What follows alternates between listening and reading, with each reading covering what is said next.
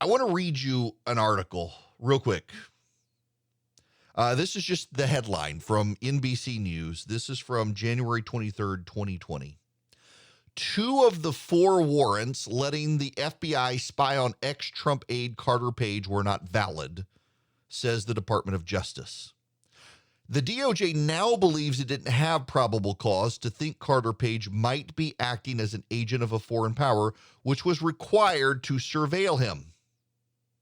In fact, it appears that FBI agents were not honest with the judge who allowed the warrants. In December, a scathing report by the Justice Department's Inspector General found the FBI's applications to spy on Page were rife with factual misstatements and omissions. That's the Department of Justice's Inspector General blasting the FBI. We know about the deleted texts of what Strzok and Page. We know about all the shenanigans with McCabe, who's now a CNN analyst. In Michigan, the FBI's informants were about the same or outnumbered the people who were supposedly involved in the plot to kidnap Gretchen Whitmer. They were all found not guilty. It was a major screw-up by the FBI, another major screw-up by the FBI. The Department of Justice and the Department of Education collaborated with the National School Board Association to claim that parents were domestic terrorists for showing up at schools and school board meetings to aggressively question. There is a level of distrust with federal institutions. Take the FDA and the CDC with monkeypox. They're not even willing to say 2 weeks, squeeze the cheeks, and we can all be over this. No. They can't because they're afraid of stigmatizing the gay community. You have a virus running rampant around the nation in the gay community, and the FDA and the CDC are too worried about hurting people's feelings to stop the spread. The Department of Education wants to advance new rules that any school that decides boys should not play on girls' teams should be denied funding. If you don't understand the rampant mistrust and distrust of government right now, you really are out to lunch.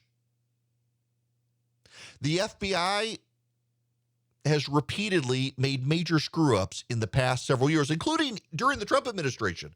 And yes, it is right to say Christopher Wray is a Trump appointee, a Republican no less, who worked for George W. Bush. It doesn't matter. There's clearly something wrong at the organization. And I'm not just talking about the mishandling of what happened yesterday. It could have been done differently. All it did now is embolden Donald Trump. At a time Democrats would love for him to go away, Democrats in the media seem inclined to keep him at the forefront and keep his base fired up. They've screwed up the Whitmer situation. They screwed up the Carter Page situation. They've screwed up a host of situations lately. The FDA and the CDC have screwed up a host of situations. The Department of Education has screwed up a host of situations. Government seems to be broken. And no one really wants to fix it. No one wants to talk about the trust gap. No one trusts the media. No one trusts the government. Now, there are absolutely, in fairness, there are absolutely people out there who make a lot of money seeding the distrust on both sides, not just on the right, not just on the left. Both sides seed distrust of government. But the government makes it really freaking easy for them to do. You may think that the FBI was totally justified in what it did yesterday for a search of the Presidential Records Act. You may think it's totally justified.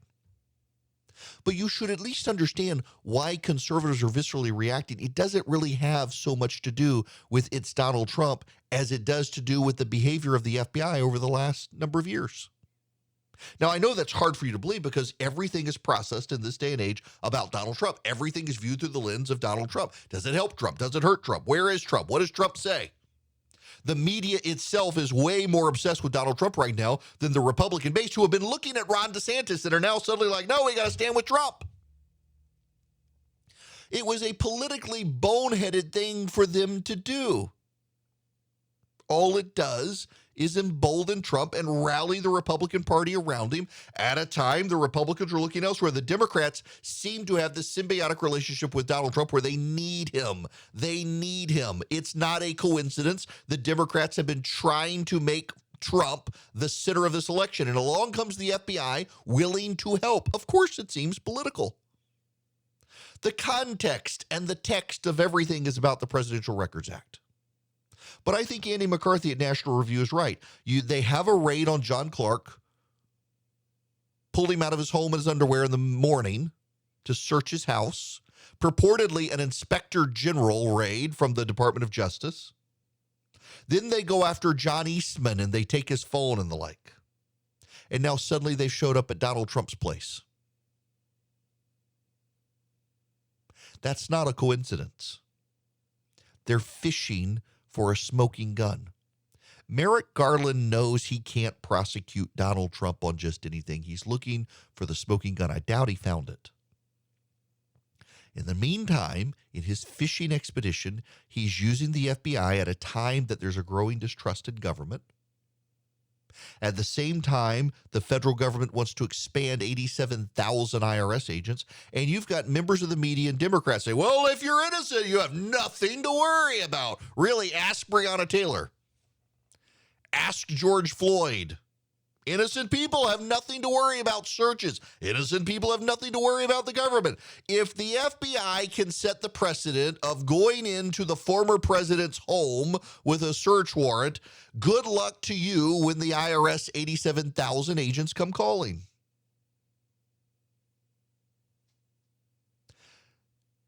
Until someone in government, and by the way, it's a bipartisan issue here. It's not just the Democrats. Until someone in government figures out that the American people no longer trust the government and starts working to earn that trust back. Start with the CDC. Work your way to the FBI. Do the low-hanging fruit first. But you got to restore this trust. Our nation depends on both sides having some objective issues of trust. Both sides used to be able to trust these outside government agencies, even if they didn't trust the Democrats or the Republicans or the people in charge. Nobody trusts these agencies anymore. There's a deep collapse of integrity and trust within government. You can't send the FBI to a former president's home without it looking highly politically motivated at a time that a great portion of the country doesn't trust the FBI. And oh, by the way, look why they don't, because they fabricated information to get a search warrant and observations of Carter Page. They messed up the Gretchen Whitmer investigation, the Russia collusion nonsense. I'm sorry if you don't get that, but it's your level of partisanship that means you're not getting it. And conservatives, some of you have decided that forget small government, let's use the government to reward our friends and punish our enemies, just like the Democrats have done. You should be reminded by this. There's no such thing as permanence in American politics. The only way to play this game is to not do what the other side does and instead gut the government, shrink its size, and reform and get rid of some of these agencies. Start by getting rid of those 87,000 IRS agents and then move on and clean house at the FBI from there. There is a broken system in place right now. Nobody trusts it. You want to make it as permanent as possible when there's no such thing as permanence in American politics? Earn the American people's trust by cleaning up and reducing the size and scope of government. You've got a clear path forward on how to proceed.